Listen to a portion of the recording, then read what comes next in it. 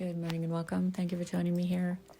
If you found yourself here, there may be a message for your healing journey, soul's evolution, and our transformation, or simply information.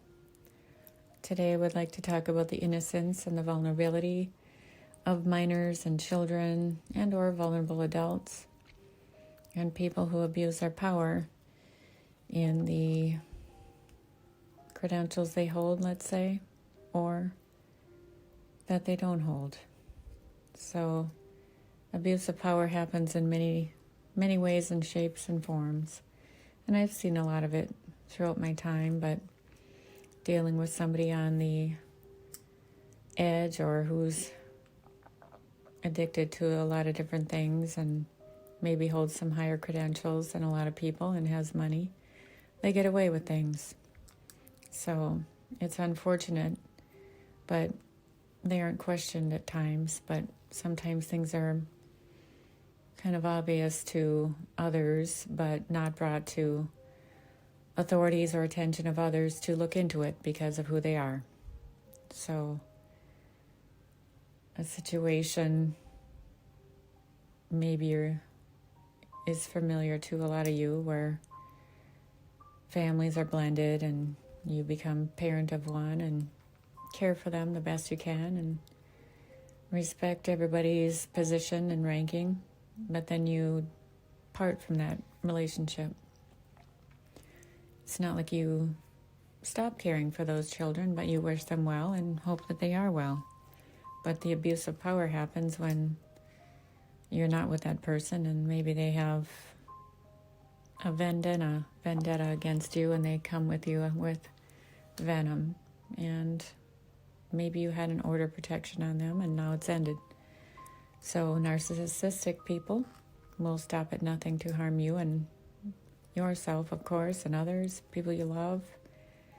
But hopefully they're not harming their own children. But sometimes you have to wonder when odd things happen and their children both end up in the hospital and nobody questions why they're there, but they have stories around it, which is sad because they're minors and they're vulnerable, right?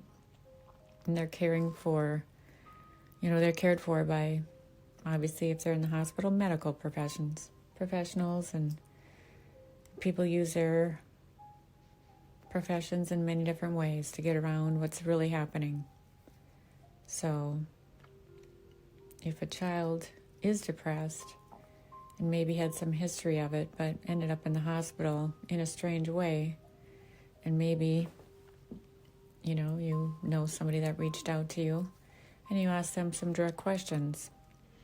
Why? Because they're being driven by local police because they say they're distraught, but maybe something else was going on. Maybe they were still inebriated, who knows? But it's like a law and order, direct questioning, like they're in an interrogation room. So why you ask those questions is because logically their story doesn't make sense. So your intuition and keenness says no, that can't possibly be how that happened, how the story played out. But these people aren't questioned because of their credentials and their abuse of power and, of course, their money. And, they're lawyered up.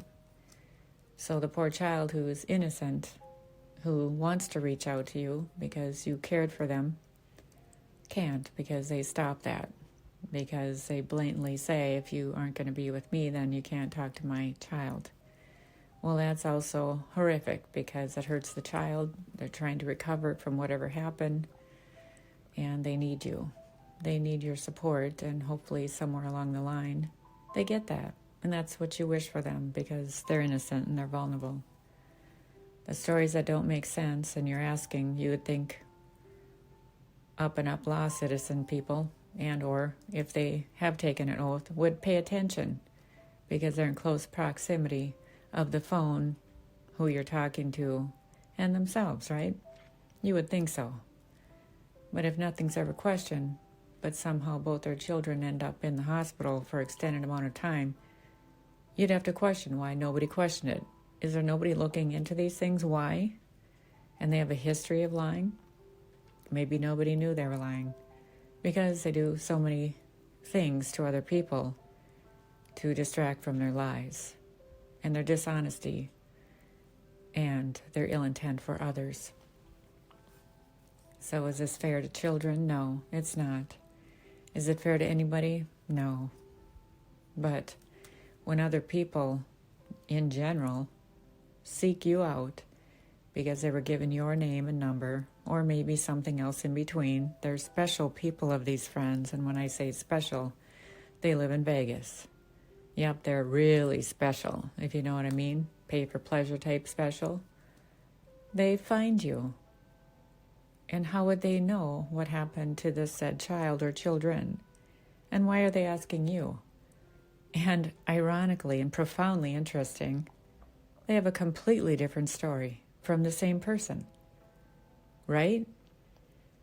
Interesting. Why is nobody caring for the child that's vulnerable and asking questions? And why are the parents banned from the room? Right? But they're sent home with the parents. Because they have money, because they have clout, because they have the ability to lie to everybody. And now these children are in harm's way. Are they? I don't know. Behind closed doors, what is happening? I'm just saying. Ask questions. Seek answers and seek the truth that make logical sense. And protect the vulnerable adults, children, animals, because it matters that their voice is heard and they can speak accordingly with somebody that they trust. And therapists should be able to be trustworthy people, but I know that not to be true. Firsthand, I know that not to be true. There can be bought and paid for as well, and part of another crazy scenario society. So the vulnerability of innocent people needs to be addressed in this world, and it's not okay for anybody to abuse anybody. And if you know better, do better. And if you see something, speak up. If you hear something, question it. If it logically doesn't make sense, bring attention to somebody that can do something about it. I know I do, and I would. If anybody asks you something, be honest and transparent and direct. For the truth is the truth all day long, right? Not 5 different people that have different stories with the same incident. So I hope this helps today. Just remember and take care of you, because you matter. Namaste.